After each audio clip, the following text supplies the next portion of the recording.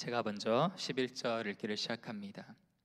그러므로 생각하라. 너희는 그때의 육체로는 이방인이요 손으로 육체에 행한 할례를 받은 무리라 칭하는 자들로부터 할례를 받지 않은 무리라 칭함을 받는 자들이라. 그때 너희는 그리스도 밖에 있었고 이스라엘 나라 밖에 사람이라. 약속의 언약들에 대하여는 외인이요 세상에서 소망이 없고 하나님도 없는 자이더니 이제는 전에 멀리 있던 너희가 그리스도 예수 안에서 그리스도의 피로 가까워졌느니라. 그는 우리의 화평이신지라. 둘로 하나를 만드사 원수된 것 곧 중간에 막힌 담을 자기 육체로 하시고 법조문으로 된 계명이 율법을 폐하셨으니 이는 이 둘로 자기 안에서 한 새 사람을 지어 화평하게 하시고 또 십자가로 이 둘을 한 몸으로 하나님과 화목하게 하려 하심이라. 원수된 것을 십자가로 소멸하시고 또 오셔서 먼데 있는 너희에게 평안을 전하시고 가까운 데 있는 자들에게 평안을 전하셨으니 이는 그로 말미암아 우리 둘이 한 성령 안에서 아버지께 나아감을 얻게 하려 하심이라. 그러므로 이제부터 너희는 외인도 아니요 나그네도 아니요 오직 성도들과 동일한 시민이요 하나님의 권속이라. 너희는 사도들과 선지자들의 터 위에 세우심을 입은 자라. 그리스도 예수께서 친히 모퉁이 돌이 되셨느니라. 그의 안에서 건물마다 서로 연결하여 주 안에서 성전이 되어가고 너희도 성전 안에서 하나님이 거하실 초소가 되기 위하여 그리스도 예수 안에서 함께 지어져 가느니라. 아멘. 한 가정은 참 화목하고 화평합니다. 서로를 배려하고 사랑하며 웃음이 끊이지 않습니다. 반면에 다른 한 가정이 있는데요, 그 가정에는 불화가 심합니다. 다툼과 분열, 갈등이 있고 서로를 향한 비난과 불평이 끊이지 않습니다. 여러분은 두 가정 중에 어떤 가정에서 살고 싶으신가요? 당연히 첫 번째 가정일 것 같습니다. 잠언 17장 1절 말씀, 마른 떡 한 조각만 있고도 화목하는 것이 제육이 집에 가득하고도 다투는 것보다 나으니라. 저는 고기를 참 좋아하지만 고기를 많이 먹고 다투는 가정보다 마른 떡 한 조각밖에 없어도 화목한 가정이 더 낫다는 것이죠. 여러분 동의하시나요? 돈으로 살 수 없는 것들이 있습니다. 가정의 화목이 그렇고 또 교회의 화목이 그렇습니다. 하나님은 저와 여러분의 가정과 교회를 소중하게 여기십니다. 가정은 작은 교회이고 또 교회는 큰 가정이기 때문입니다.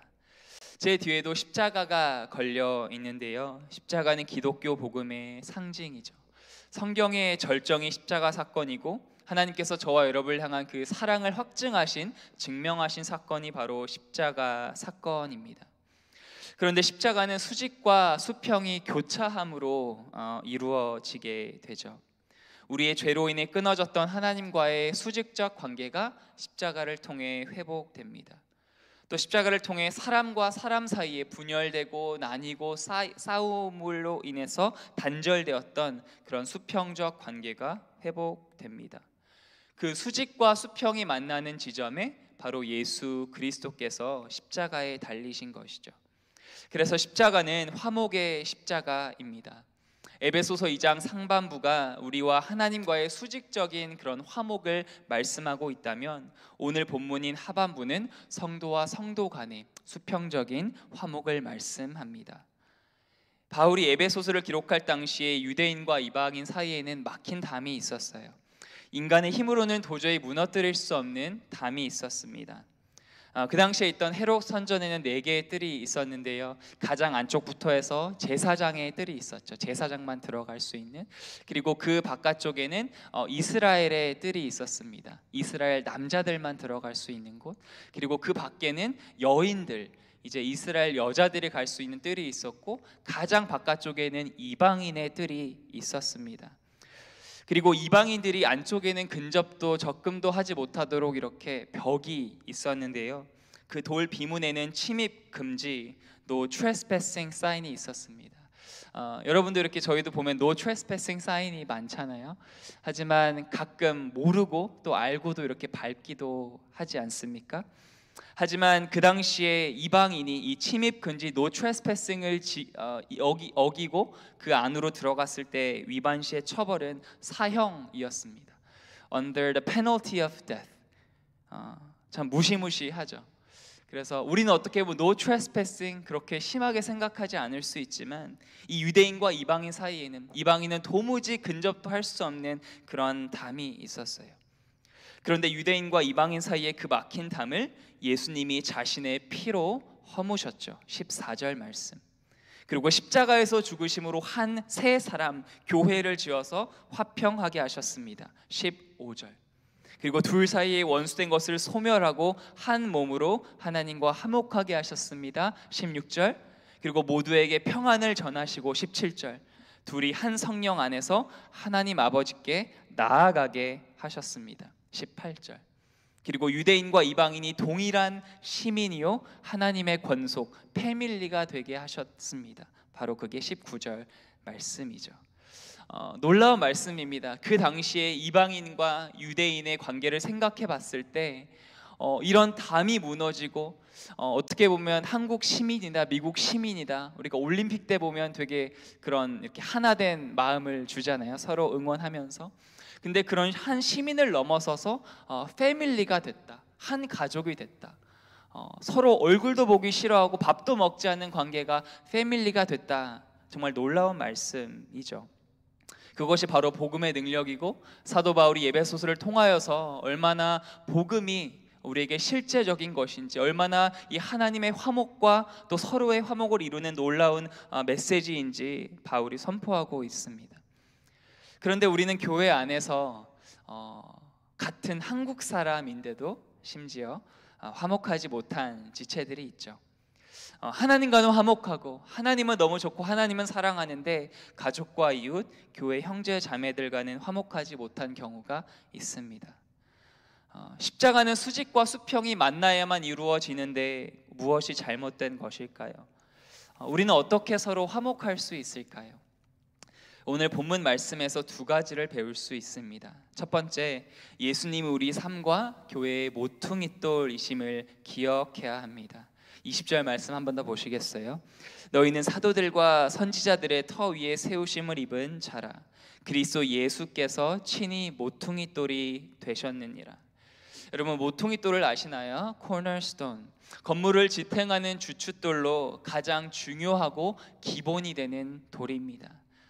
1990년도 초에 고고학자들이 예루살렘 성전의 토대가 된 5개의 큰 돌을 발견했는데요. 가장 큰 돌이 있었는데 그 돌의 길이는 55피트, 17m, 그리고 높이는 11피트, 3m, 너비는 14피트, 4m, 무게는 무려 570톤입니다. 이런 어마어마한 사이즈와 무게의 돌이 바로 모퉁이돌인 거죠. 교회 형제자매들과 화목할 수 있는 방법이 무엇일까요? 바로 교회의 주인이 예수님이심을 기억하는 것입니다. 내가 맡은 역할과 직분이 아무리 중요하고 내가 없으면 혹시나 교회가 안 될 것 같아도 모퉁이돌은 예수님이신 거죠. 교회 생활의 목적은 나의 행복이 아닙니다. 내가 잘 되기 위함이 아니고 하나님의 영광이요 또 21절과 22절에 나오는 것처럼 나의 집을 짓는 것, 나의 성공이 아니고 하나님이 거하시는 집을 짓기 위함입니다. 이것이 정말 중요합니다. 제가 15년도 넘은 것 같아요. 되게 오래 됐는데 한번 제가 누님이 있어요. 누나 한번 싸우고 마음이 너무 어려워서 네, 누나는 다시 보지 말아야겠다. 여러분 그런 가족 간에도 그런 마음 드실 때 있죠. 참 이게 가족보다 원수다.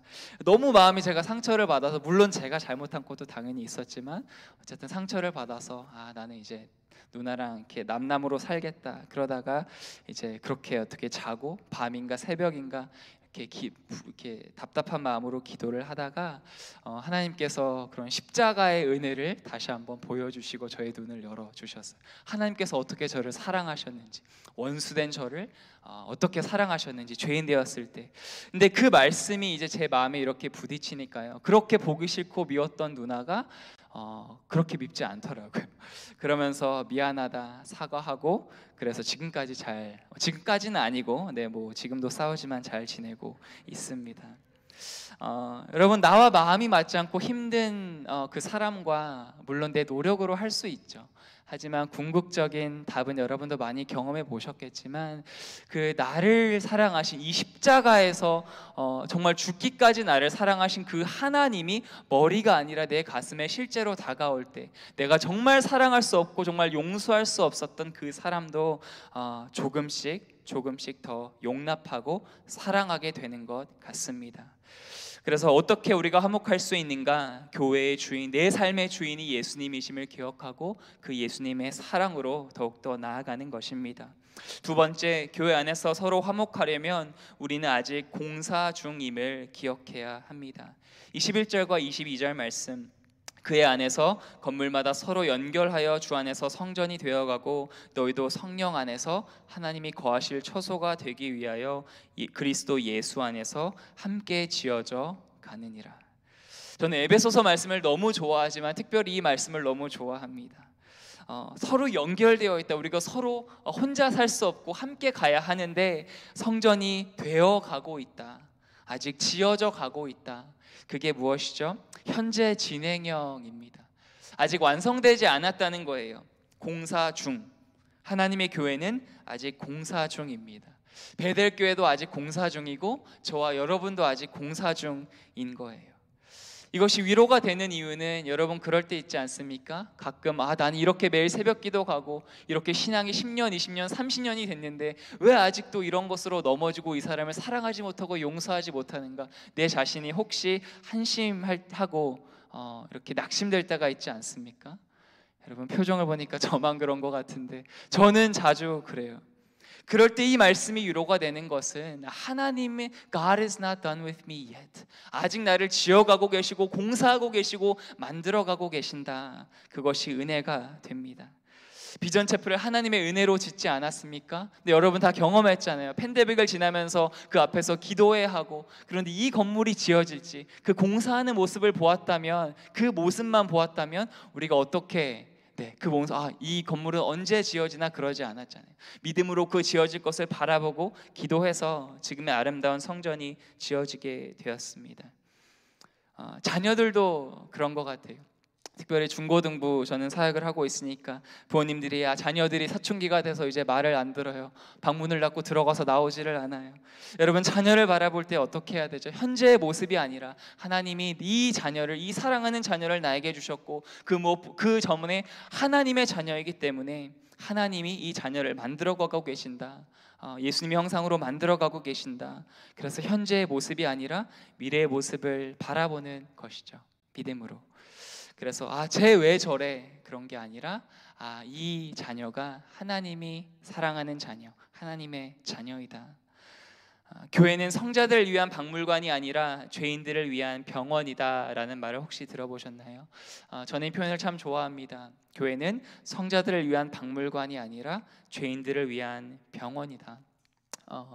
교회 안에서 서로 연합될 수 있는 것, 그것은 내가 성자가 아님을 더 많이 깨달을수록 나는 죄인인 것을 더 깨달을수록 더욱더 나를 하나님의 시선으로 또 다른 형제 자매들을 하나님의 시선으로 바라볼 수 있는 것 같습니다. 그래서 교회는 그냥 모여서 되게 거룩하게 예배 드리고 거룩하게 나는 아무 문제 없는 것처럼 있는 그런 곳이 아니라 정말 죄인들을 위한 병원이죠. 예수 그리스도의 고귀한 핏값으로 하나님이 이 땅에 세우신 공동체입니다.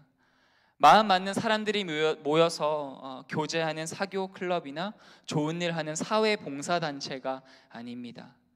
우리를 죄와 사망에서 구원해 주신 하나님을, 살아계신 하나님을 찬양하는 예배 공동체요, 또 서로 소평적으로는 품어주고 섬기며 세워주는 사랑 공동체요, 또 잃어버린 하나님의 자녀들이자 우리의 형제 자매들을 찾아 구원하는 선교 공동체입니다.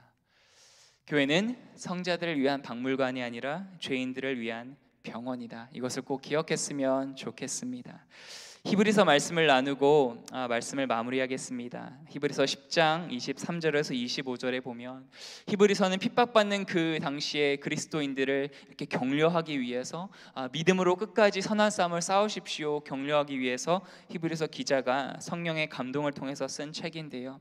이렇게 말씀합니다. 23절 또 약속하신 이는 미쁘시니 우리가 믿는 도리의 소망을 움직이지 말며 굳게 잡고 서로 돌아보아 사랑과 선행을 격려하며 모이기를 패하는 어떤 사람들의 습관과 같이 하지 말고 오직 권하여 그날이 가까움을 볼수록 더욱 그리하자.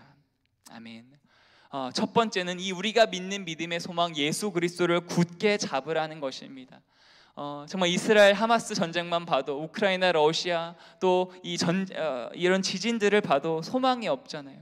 우리가 붙들 수 있는 소망은 예수 그리스도밖에 없습니다. 그래서 히브리서 기자는 이 예수 그리스도를 향한 소망을 더욱 굳게 붙잡으십시오 우리에게 권면합니다. 그리고 두 번째가 무엇입니까? 서로 돌아보십시오. 사랑과 선행을 격려하십시오. 예수님이 오실 날이 점점 더 가까우고 있는데 모이기를 패하는 것이 아니라 그 당시에도 그런 사람들이 있었던 것 같아요. 더욱더 이 팬데믹을 지나며 모이기를 패하고 더 안 모이는 것이 아니라 더 서로 모이면서 사랑하고 격려하고 기도해주고 예수님이 오시는 그날까지 그 십자가를 바라보며 화목하십시오. 히브리서 기자가 우리에게 권면하고 있습니다. 십자가는 화목입니다. 예수님과의 화목, 서로 간의 화목. 그 화목의 메신저로 살아가시는 저와 여러분 되시기를 주님의 이름으로 축복합니다. 하나님 너무나 감사합니다. 하나님의 은혜로 우리를 구원하여 주시고 하나님과 화목하게 하시고 화평하게 하여 주셔서 너무나 감사합니다. 또 그 하나님과의 화목을 이룬 자로서 하나님께서 우리에게 주시는 콜링은 아직도 하나님을 모르는 많은 주님의 자녀들을 찾아서 구원하는 것입니다. 하나님과 화목을 이루게 하는 것입니다. 또 교회 안에서도 참 죄인들이 모였기에 분열이 있고 어려움이 있지만 서로 화합하고 화목하며 사랑하는 것입니다. 하나님, 저와 우리 성도님들을 그 화목과 화해의 메신저로 사용하여 주셔서 하나님 정말 이 십자가 복음을 전하며 십자가 복음을 살아내는 예수 그리스도의 증인이 되게 하여 주시옵소서. 오늘 하루도 그런 하루 살게 하시며 우리의 힘으로 그렇게 살아갈 수 없사오니 성령님 우리에게 함께하여 주시며 성령 충만함과 지혜와 능력을 더하여 주시옵소서. 감사드리며 살아계신 예수님의 이름으로 기도